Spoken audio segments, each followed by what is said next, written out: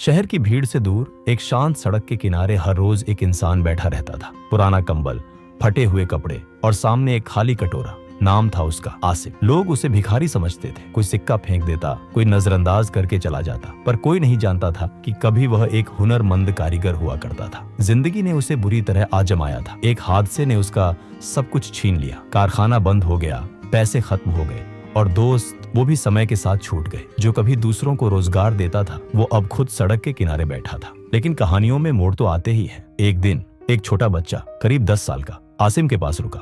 उसने कोई पैसा नहीं दिया, बल्कि एक सवाल पूछा, अंकल क्या आप खुश हैं? आसिम मुस्कुराया। वो मजबूरी वाली मुस्कान थी। बच्चा बोला, मम्मी कहती हैं कि अगर कोई कुछ नहीं भी कर रहा तो भी वो अपने बारे में अच्छा सोच सकता है। ये लाइन दिल में उतर गई। उसी रात आसिम सोचने लगा, क्या वाकई मेरी हालत मेरी सोच का नतीजा है? क्या मैं कुछ कर सकता हूँ या सिर्फ किस्मत को कोसता रहूं? अगली सुबह सूरज के साथ उसके चेहरे पर एक नई चमक थी।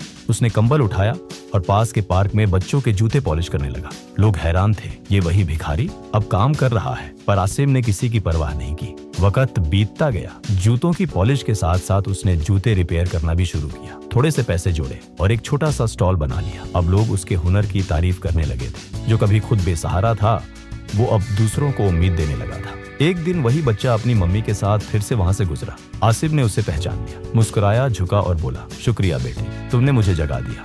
माँ हैरान रह गई। आसिम जी, आप वही हैं जो सड़क पर बैठते थे? आसिम बोला, हाँ, शरीर वही है पर अब सोच बदल चुकी है और सोच के साथ ही किस्मत भी। कुछ महीनों बाद आसिम ने 2 और लड़कों को काम पर रखा। जो काम कभी उसकी मजबूरी था अब वो औरों के लिए रोजगार बन चुका था। लोग कहते हैं किस्मत बदलना मुश्किल है, पर आसिम कहता है अगर सोच बदल जाए तो किस्मत खुद दरवाजा खटखटाती है।